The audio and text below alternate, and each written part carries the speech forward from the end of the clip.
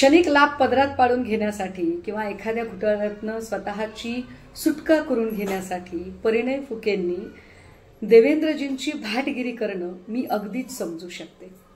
मात्र अशी भाटगिरी करताना त्यांचे दाखले धादांत चुकलेले आहेत। मी जरी पुरोगामी चळवळीतली असले तरी जेवढा काही माझा पौराणिक ग्रंथांचा अभ्यास झालेला आहे त्यानुसार प्रभू श्रीरामाने एका वचनाखातर वनवास भोगला।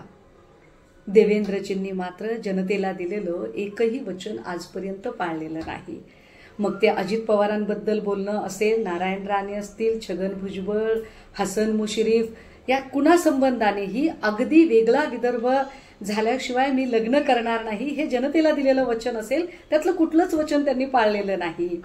श्रीकृष्णाकडे अमाप बुद्धिचातुर्य होतं, मात्र ते बुद्धिचातुर्य जेव्हा द्रौपदीचं वस्त्रहरण होत होतं त्यावेळेला ते दुःशासनासाठी वापरलं नाही, कौरवांसाठी वापरलं नाही, तर हे बुद्धिचातुर्य नीतिमत्ता कायम राखण्यासाठी वापरलं गेलं।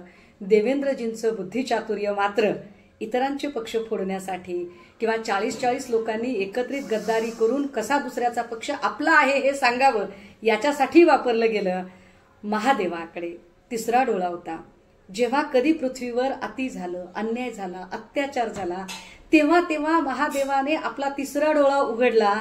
इथे मात्र 7 वर्षाचं लेकरू आणि 70 वर्षाची म्हातारी कुणीच सुरक्षित नाहीये। एवढा अनाचार अत्याचार होत असतानाही देवेंद्रजी मात्र डोळे झाकून गपगार बसलेले आहेत। सूर्याबद्दल काय बोलताय, सूर्याचं तेज कुठे? देवेंद्रजी फार फार तर झगमगाटी इव्हेंट मधला एखादा फोकस जो बकाल दारिद्र्य सहज झाकू शकतो असा फोकस म्हटलं तर चालेल। आणि जर तुम्ही चंद्राबद्दल म्हणत असाल तर चंद्रावर डाग असतो बरं का। मग तुम्ही या डागांच्या सकटची ती शीतलता मान्य करत असाल तर मला त्याच्यावर काही फार बोलायचं नाही। पण परिणय फुकेजी हे एवढे सगळी स्तुतीसुमनं उधळण्यापेक्षा आपल्या अमृत भावाच्या विधवा पत्नीचा हिस्सा एकदा द्या ना। माणूस म्हणून तुमची उंची अजून वाढेल।